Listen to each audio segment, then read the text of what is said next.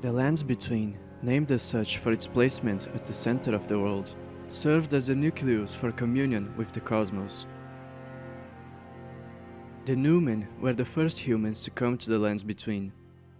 They established themselves within the underworld as to avoid the apex species of the external layer, the dragons.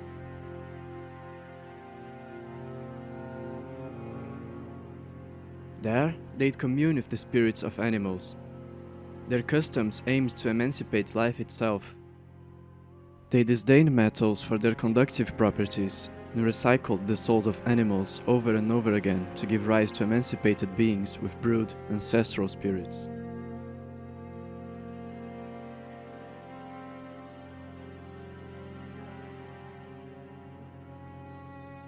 They produced special charms with budding horns that would ward off status effects. During ancient times, a tribe of Numen settled near the volcano of Mount Gomir. They would commune with an outer god, whose vassal was Igle, a white serpent deity, and master the flames, which they used to forge weaponry from bronze and meteors to contend against the dragons. They'd consume human flesh to gradually grow in size, some reaching titanic proportions. This phenomenon explains why the crows and dogs that feasted on human remains, all of them found on battlefields, have grown exponentially.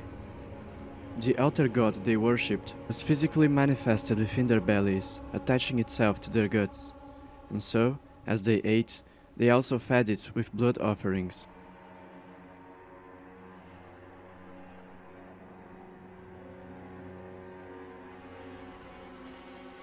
It's interesting to note the connection between their outer god and this bizarre interaction.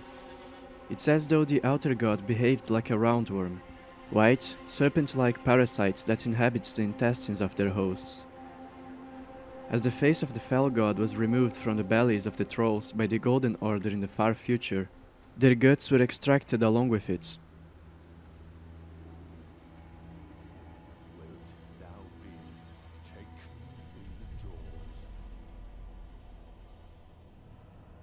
of the abysmal serpent, shorn of light?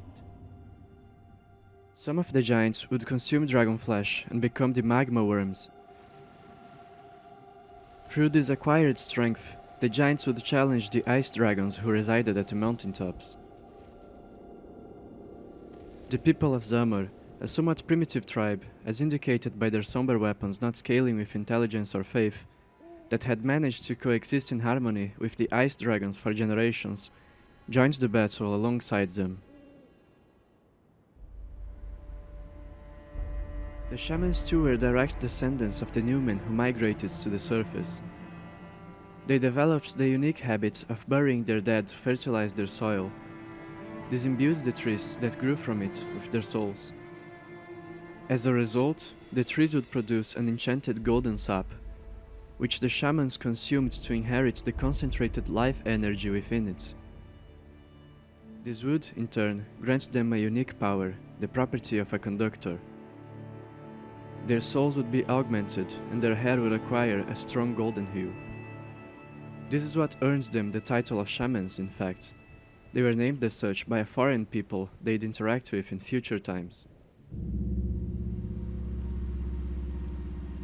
One day, a seafaring civilization discovered the lands between during one of its expeditions and decided to settle there. They'd study the stars and become the astrologers. They developed their own civilization in the west, most of its territory being located underground.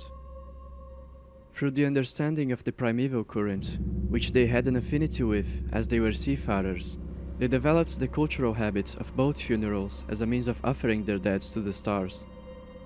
This cultural practice would serve to fertilize the great tree, which began to take root during this age. The practice of cultivating sacred trees was inspired by the natives of the lands between. The engraved stones of the ancestral followers depict the astrologers coming by sea and learning from them.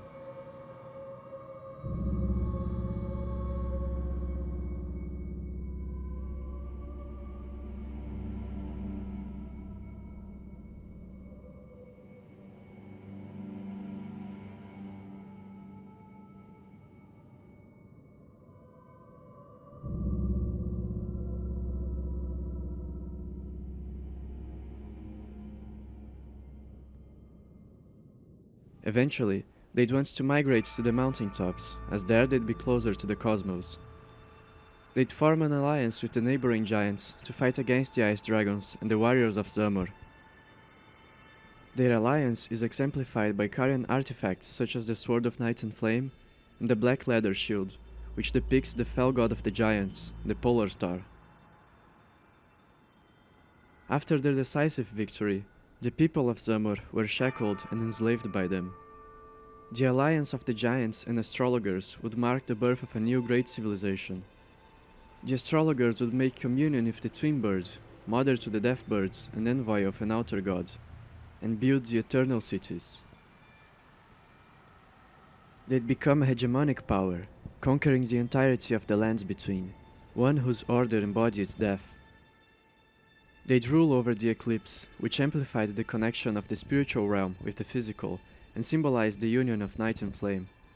This is what the empty circle symbol represents, the drained sun of the eclipse. They built vast catacombs to host cremated ashes. The bodies of their deceased would be placed in stone coffins, which were guided through underground rivers by the tibia mariners to the catacombs to be cremated by ghost flame, their ashes serving as fertilizer to the great tree.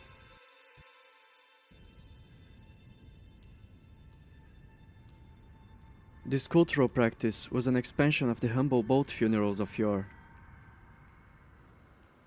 The majority of structures we find in the lands between were built during this epoch by this joint civilization, such as the various catacombs and mines, the enormous aqueducts, and the divine towers.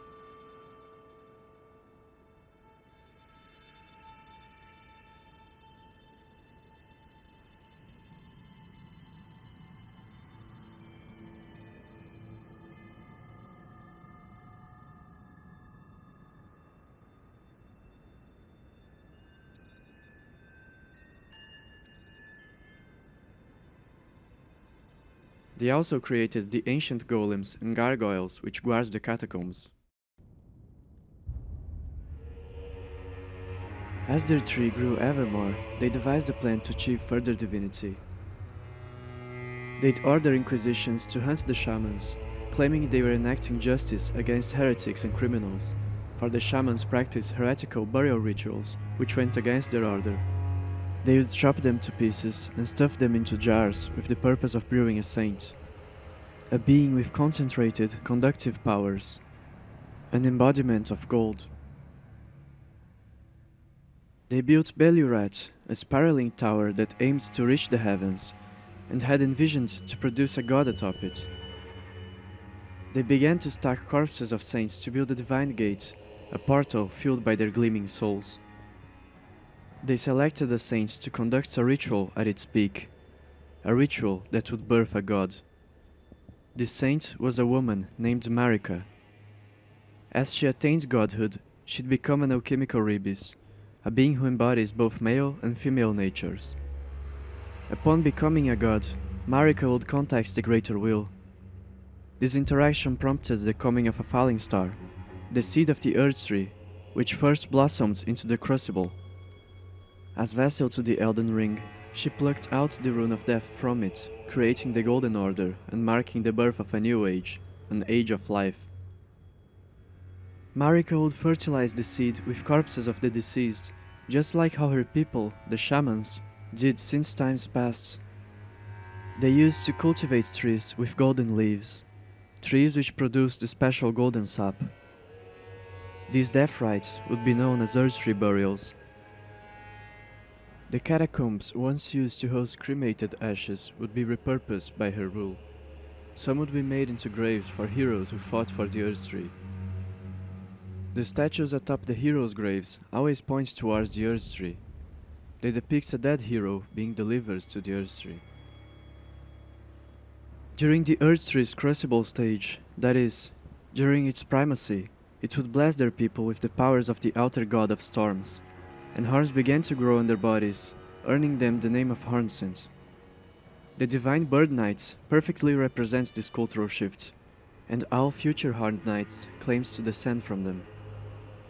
It was during this period that the ark-sized stone coffins, storing their dead from outside the lands between, were built. the bull figureheads symbolizing their divine horns. They represented yet another massive expansion to the scope of their offerings, but this time they were intended for the crucible. The Scions of the Hornsent would choose a champion to mate with Marika, Horalu, now renamed as Godfrey for his status as Elden Lord. Their union would birth a lineage of demigods, their firstborn being Godwyn the Golden. The age that ensued was one of conquest in the name of the Golden Order. As it fundamentally altered the world, it provoked a great deal of animosity. Thus, the Round Table Hold was assembled. Godfrey, along with his knights, would solemnly swear to safeguard the Earth Tree. Marika would order Godfrey to lead the Crucible army in a war against the giants. The Trolls, giants who had the practice of eating soul-imbued tree roots, which earned them their distinct appearance, joins the forces of the Golden Order in battle. They'd have the omen of their god, the face which grew on their bellies, removed from their bodies. As a result of that war, the giant's flame was confined atop a great mountain, and their altar god was felled. This war marks the end of the Crucible era, which gave rise to the Age of the Earth Tree. As the flame of the giants represented an intrinsic element of nature, it was impossible to kill. Marika sealed it away, cursing a lone giant survivor to perpetually tend to it. Fire monks and flame guardians were appointed to watch over it, but would later succumb to its allure. As Marika cursed the fire giants, she'd be cursed back. Her male half, Radagon, would inherit the red hair of the giants. During Godfrey's absence, Marika would secretly produce Empyrean offspring with Radagon, Mesmer and Melina. Despite his origin as a bastard, Mesmer was raised among the nobility of the Hornsent. Melina was born at the foot of the Earth Tree, in the place later known as Nameless Eternal City. After Marika had imparted her with a duty, she abandoned her, thus leaving her without a mother. Before the inquisitions of the Hornsent against the shamans and Marika's rebirth as a god, the descendants of the astrologers would conduct a series of experiments to produce the alchemical ribis in the Eternal Cities. From the dew of the Great Tree, they created the Albinorics, failed homunculus shaped by the ripples of the primeval currents. These experiments would be resumed as they schemed a conspiracy against the Golden Order. They hoped to produce a lord of their own, and so the Silver Tears were created.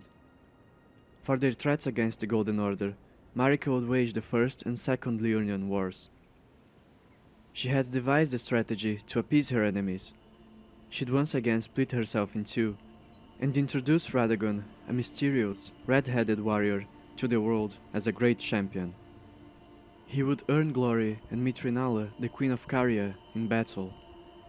And to end the conflict, Marika would arrange a political marriage between her male half and the Queen of Caria, with Radagon repenting for the Golden Order's aggression. This plan was a resounding success, and the great houses of the Earth Tree and the Moon were joined. The union of Radagon and Renala would produce two sons, Rykard and Radan, and allegedly one Empyrean daughter, Rani. However, she too was secretly a bastard, a daughter to Radagon and Marika. She's not just the only children of Renala born Empyrean, but also the only to have orange hair. Rykard's hair was a muddy brown, and Radan inherited his father's flaming red. In fact, Rani's original hair color fits perfectly in the middle of Mesmer's and Malenia's red hair, and Miquela's golden blonde hair. All of Marika's children with Radagon were born Empyreans, and all of Marika's and Radagon's children with other consorts were not. Rani's birth was kept a secret, and she was raised as Renala's legitimate daughter. The very title of the Cuckoo Order of Knights hints at Rani being a bastard. Cuckoos are birds that place their eggs on other birds' nests, and their offspring is raised by the mother of the other species. Renala loves Radagon with all her heart. She loved him so much as to spiral into madness and depression upon their separation. It's entirely likely that she'd raise one of Radagon's bastards as her own. She is the mother bird in the cuckoo metaphor, which is why there is so much egg and nest symbolism tied to her. As the Golden Order was establishing itself as a hegemonic power, the dragons of Farum Azula began to view it as a serious threat. Gran Sax, their leader, the Stormlord, assaulted the royal capital of Leyndell in an attempt to destroy the Earth Tree, but was defeated by Godfrey. The forces of the storm consisted not only of mighty dragons, but of men and hogs as well. Godwyn would defeat Fortissax and conquer the castle of Stormvale.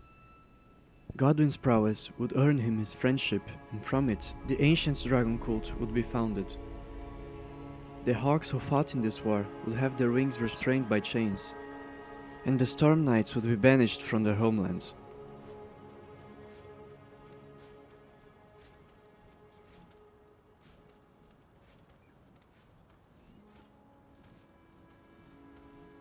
After the war against the dragons, the golden hue faded from the eyes of Godfrey and his warriors. They were instructed by Marika to leave the lands between and wage war in a land far away, where they would live and die. This marked them as tarnished, warriors whose grace of gold was divested.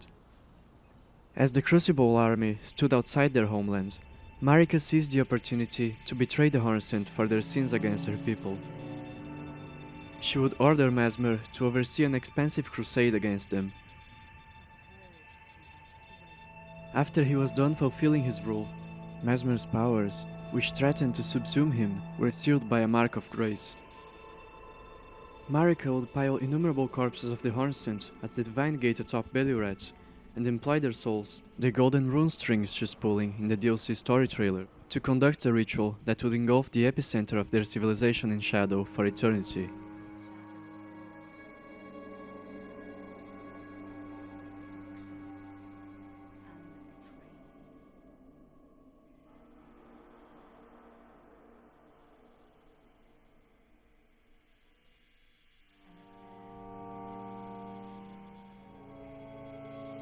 As the enormous stone coffins were abandoned and the bodies they housed forgotten, a putrid liquor began to brew within them, birthing putrescence.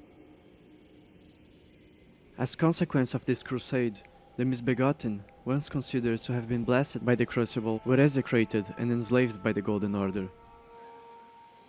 Through the roots of the Earth Tree, which were intermingled with those of the Great Tree, the vengeful spirits of the Hornsent began to possess those who were born in the lands between, and haunt them in their nightmares.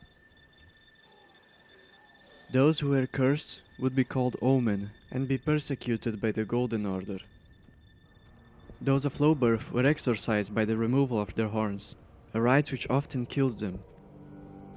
The Scions of Leyndell who were born afflicted with the curse were confined to the sewers of the capital and forced to live in hiding, bounded by special shackles for eternity. Some of the Omen would be employed as soldiers of the Golden Order, but preparations were taken to ensure they'd not be a threat. The last of Marika's offspring with Godfrey, the twins Morgoth and Mohg, who were born after his departure, were ironically born as Omen. Godfrey had impregnated her before his exile. He'd only see Morgoth within Marika's belly, and as a corpse. Following Godfrey's retirement, Radagon would abandon his wife Renala and take his place as Marika's consort, becoming the second Elden Lord of the Golden Order. This marriage between Marika's two halves would produce two more Empyreans, Miquella and Malenia. Both were cursed by the twin bird altar god, one with eternal youth, the other with rot. Miquella would be deeply concerned for his sister, wishing to rid her of her blight. He experimented with Golden Order fundamentalism, but to no avail. He'd begin to develop a special substance to ward off the meddling of altar gods, unalloyed gold. But this substance would never be completed, and its full potential wouldn't be achieved by Miquella.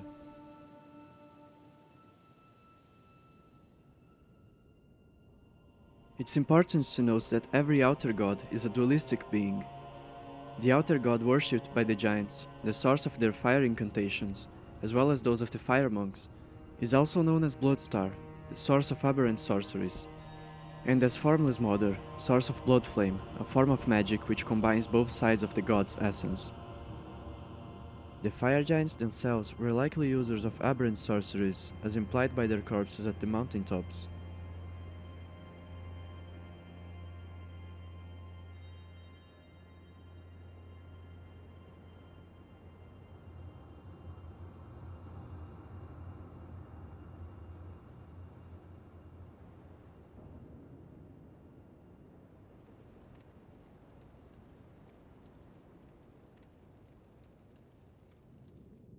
As another example, the twin bird is heavily associated with water and crystal.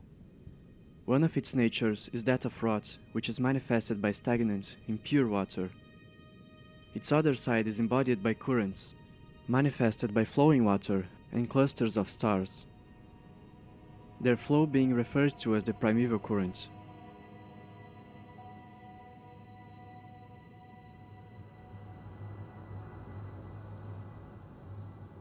Stars are formed by glintstone.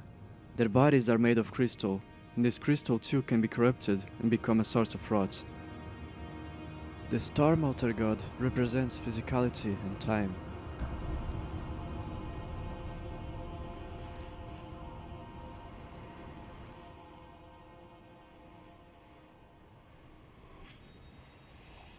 The reason for the immortality and endurance of the ancient dragons is that their stone scales negate time itself.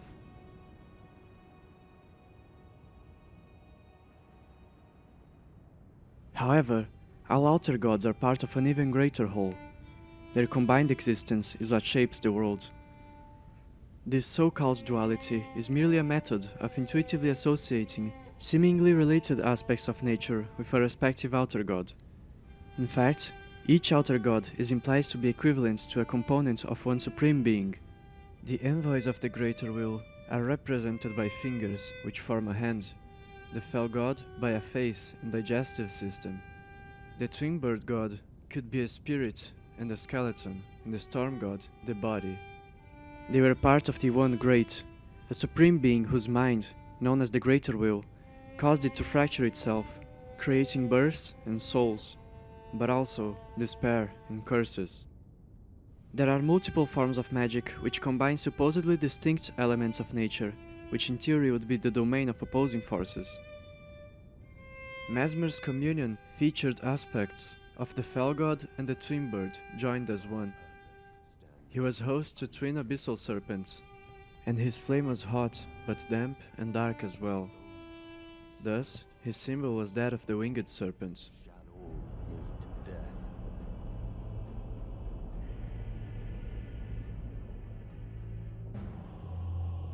In the embrace of Mesmer's flame.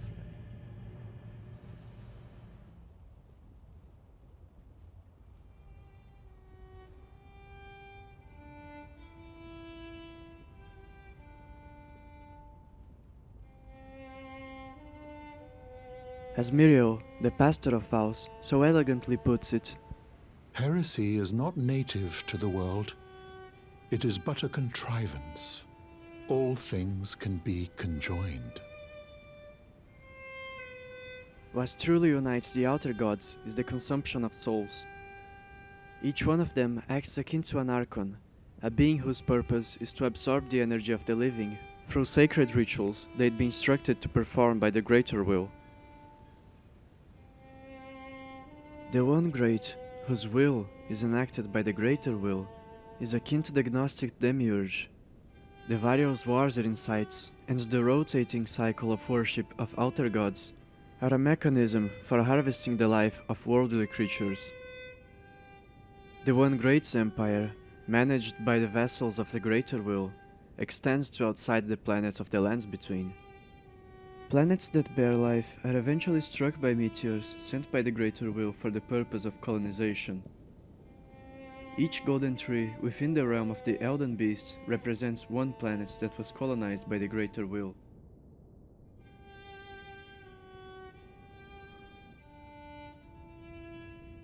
The Three Fingers are an aspect of the One Great that has rebelled against the current order of the universe. They want to restore the One Great using the Flame of Frenzy to melt everything back together, to make things as they were before the One Great shattering. With her empire having conquered all of the lands between, the next step of Marika's grand plan, which she had devised ever since she had attained godhood, was put into motion. She ordered Rani to steal the Rune of Death to forge god-slaying weapons, as she herself couldn't go against her shadow, Maliketh. Rani gifted Rykard a special stone engraved with a fragment of the Rune of Death. He was to employ it against Maliketh should he need to face the Beast of Destined Death one day.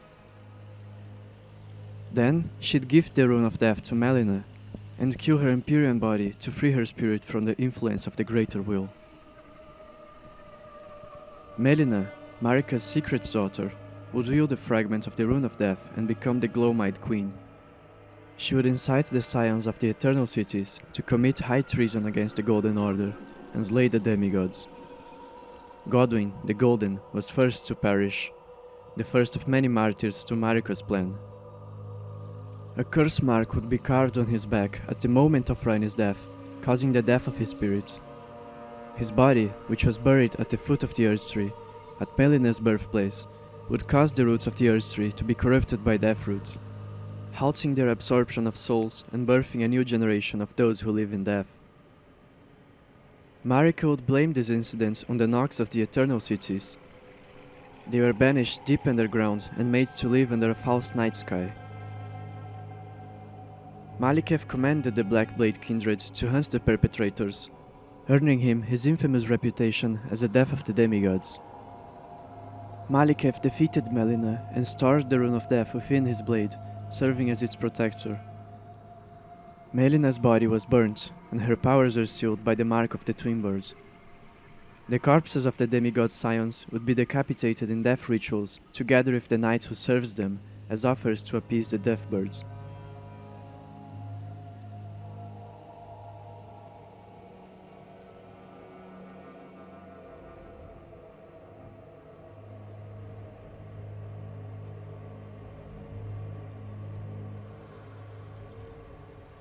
This was a layered move by Marika to kill two birds with one stone. She orchestrated the downfall of the scions of both Leyndell and the Eternal Cities. Marika would go on to break the Elden Ring, provoking a major war among her offspring, an event that would be known as the Shattering, and that led to abandonment by the Greater Will. Rani would not be directly involved with this war, as she was likely forced to rest as consequence of her body's death. Her agents would work from the shadows to further her plan during its aftermath. Marika would be imprisoned inside the Earth Tree by the Elden Beast, a vassal of the Greater Will and living incarnation of the concept of order. Of course, this meant that Radagon, her male half, a devout follower of the Golden Order, would be confined alongside her as well. However, she had restored the grace of her past company of warriors, the Tarnished, and beckons them to return to the lands between to serve her one last time. They'd be instructed to hunt every contender to the throne and finally become the next Elden Lord, as a means of ensuring that the next age would be ruled not by vassals of the Outer Gods, but by men who'd struggle for eternity to keep their sovereignty. This is why Marika's grace bears the shape of humanity itself. To be clear, Marika's plan was to purge the world of the influence of the Outer Gods, granting sovereignty to mankind. This meant, of course, the death of every demigod, every child she ever birthed. Despite Marika's profound love for her sons and daughters, their very birth was a death sentence she herself would decree. This was all for a greater good, and she'd endure the suffering alone, ultimately sacrificing herself to finally achieve her goal. The journey of the Tarnished culminates in her death. She aided them in any way she could, even tasking Hugh to produce the very weapon that would slay her. Melina would serve the Tarnished as their maiden, granting them the strength of runes, and guiding them to the Round Table. Like her mothers, her quest was set to end in sacrifice, as she'd burn herself together with the Earth Tree once the Tarnished reached the kiln where the Giant's Flame is stored.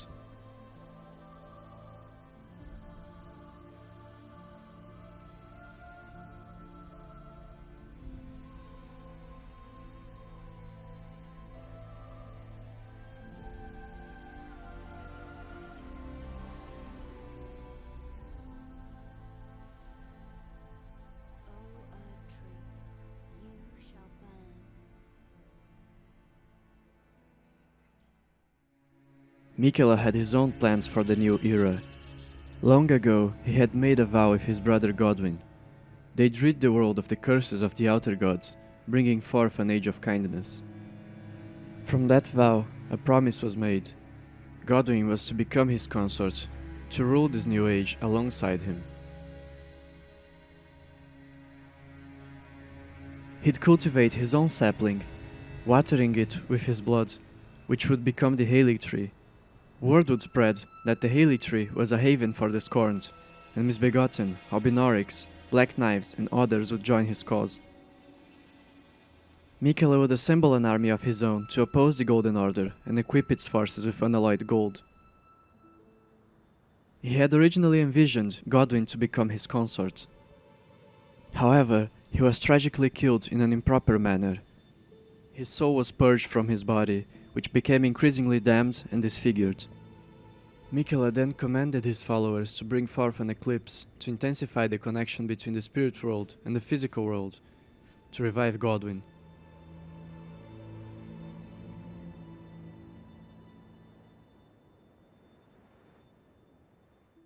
Miquella's plan was twofold.